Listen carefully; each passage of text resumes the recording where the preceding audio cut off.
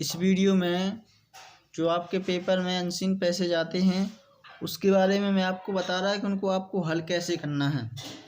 तो सबसे पहले तो आपको इंग्लिश को रीड करना आना चाहिए, पढ़ना आना चाहिए। यदि आप इंग्लिश को पढ़ लेते हो अच्छे से तो फिर आप अनसीन पैसेज को अच्छे से सॉल्व कर सकते हो। अनसीन पैसेज आपके पेपर में 10 नंबर के आते हैं। पहला क्वेश्चन आएगा आपका, दूसरा क्वेश्चन आएगा, तो उसमें ऑब्जेक्टिव टाइप के क्वेश्चन आते हैं, ठीक है ना। मतलब MCQ भी आएंगे। आपको 5 MCQ दिए रहेंगे। जो आपको पैसेज दिया रहेगा उसको पढ़ के उन 5 MCQ के आपको आंसर देना पड़ता है। तो मैं आपको बता रहा कि आपको कैसे इनको सॉल्व करना है। सबसे पहले तो आपको 1 से 2 बार जो पैसेज दिया गया है उसको जल्दी से रीड कर लीजिए, मतलब उसको 2 बार पढ़ लीजिए। पहले बड़े बिल्कुल आराम से पढ़ना है, जैसे मैं पढ़ रहा, देखो यहाँ पर कि Lalita showed some tomato seeds in her garden. मतलब पहले एक बार आराम से पढ़ लीजिए, इसके बाद फिर एक बार आपको बिल्कुल जल्दी जल्दी पढ़ लेना है। उसके बाद फिर आप पूरे क्वेश्चन को पढ़िए, ठीक है। क्वेश्चन को पढ़ने के बाद फिर आप एक एक क्वेश्चन को पढ़िए, उनका आंसर ढूंढने की कोशिश कीजिए, तो आपको फिर पूरे क्वेश्चन के आंसर मिल जाएंगे उसी पैसेज में। उसी पैसेज में आपके आंसर छुपे हुए रहते हैं। और अनसीन पैसेज से ही आपके नंबर बहुत ज़्यादा हो जाते हैं, अनसीन पैसेज से ही नंबर आपके बहुत कम हो जाते हैं। मतलब अनसीन पैसेज ही एक ऐसे होते हैं कि जिन बच्चों के अनसीन पैसेज सही हो जाते हैं उनके नंबर ज़्यादा आते हैं। उनके नंबर 75 में से 75 भी आ जाते हैं, 70 भी आ जाते हैं, 60 भी आ जाते हैं, यदि आपके अनसीन पैसेज सही होते हैं। तो यदि अनसीन पैसेज गलत हो जाते हैं तो फिर आपका नंबर कम हो जाता है, क्योंकि अनसीन पैसेज होते हैं जो आपका अपन बोल सकते हैं कि आउट ऑफ सिलेबस आते हैं, जो आपने कभी पढ़े नहीं होते हैं, इसलिए उसका अनसीन नाम ही रखा जाता है।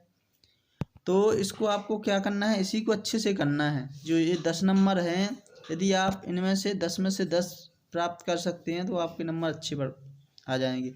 बाकी की सब चीज़ें आपने पढ़ी होती हैं, ठीक है ना। नोट्स बनाना मतलब वही चीज़ होती है। बाकी की जितनी चीज़ें होती हैं, निबंध एप्लीकेशन, क्वेश्चन आंसर, सब आपने पढ़े हुए होते हैं, बस आपने अनसीन पैसेज नहीं पढ़ा होता। तो इसी को आपको अच्छे से करना पड़ता है। जैसे ही आपको यहाँ पर एक अनसीन पैसेज दिया गया है, ठीक है ना, इसको अपन फिर से पढ़ते। Lalita showed some tomato seed in her garden.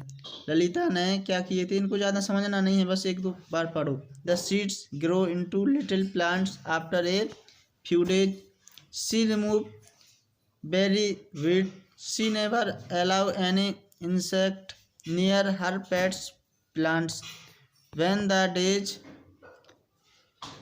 were hot, she watered the plants. She put compost under the plants. The flower grew and became big. The tiny green tomatoes began to show. Lalita and her sister watered the plants daily.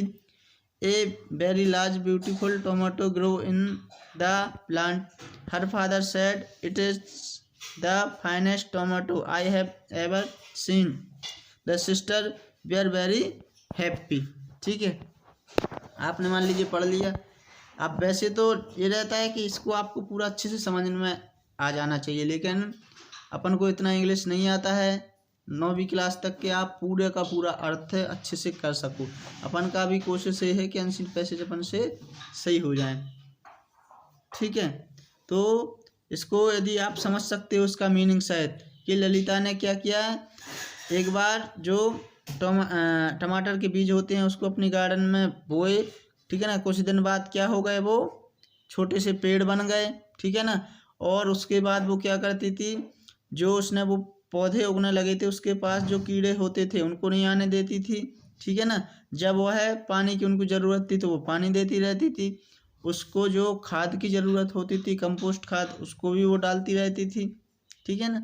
तो इसका इस प्रकार से आप पूरा अर्थ लगा सकते हो। यदि आपने अर्थ लगा लिया तो फिर और अच्छे से आप कर पाओगे। अब देखिए आप पहला question, what did Lalita sowed in garden. मतलब उसने गार्डन में किसके बीज बोए थे। मतलब क्या बोया था, तो क्या बोया था उसने, सीड्स बोए थे, मतलब बीज बोए थे, ठीक है ना, सीड्स। इसका दूसरा इसमें आंसर भी दिए गए हैं। इसके बाद what did she not allowed, वह क्या नहीं अलाउड करती थी।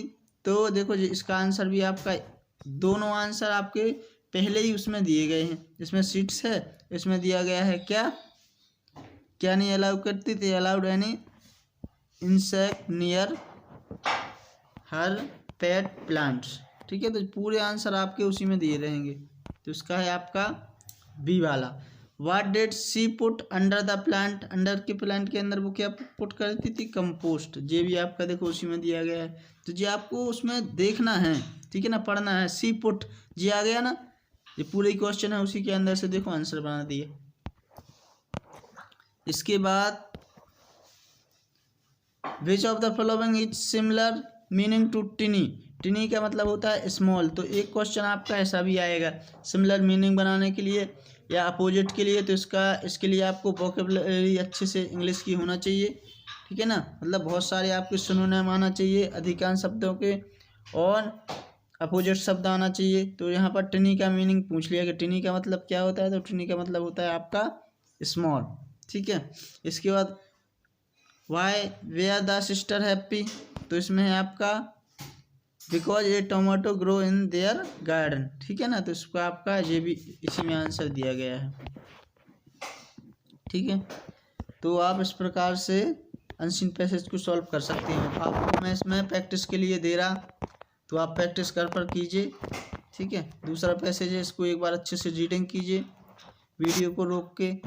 इसके बाद इनके आंसर को ढूंढना है आपको, पहले कोशिश करना है कि आप अपने मन से आंसर इनके ढूंढें। इसके बाद यदि आपको गलत लगता है तो इनके आंसर भी दिए गए हैं, ये आपको प्रैक्टिस करने के लिए है। दूसरा आंसर पैसेज है आपका, इसको आप एक बार दो बार अच्छे से पढ़िए, फिर इसके आंसर ढूंढिए।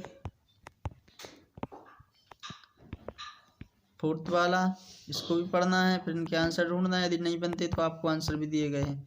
तो आपको 5 इसमें दिए जा रहे हैं, इनकी आप अच्छे से प्रैक्टिस कर लीजिए। यदि आप इनकी अच्छे से प्रैक्टिस कर लेते हो सकता है आपका इसी में से कोई आ जाए, ठीक है ना। यदि इसी में से आ जाएगा तो आप बहुत जल्दी से पेपर कर लोगे, अच्छे से नंबर आ जाएंगे। यदि प्रैक्टिस कर लोगे तो आपको प्रैक्टिस मतलब कैसे करना है पेपर में वो थोड़ा बहुत समझ में आ ही जाएगा कम से कम, ठीक है ना। तो इसको आप अच्छे से कर लीजिए इनकी प्रैक्टिस। बाकी का अपन मिलते हैं फिर नेक्स्ट वीडियो में, ठीक है ना।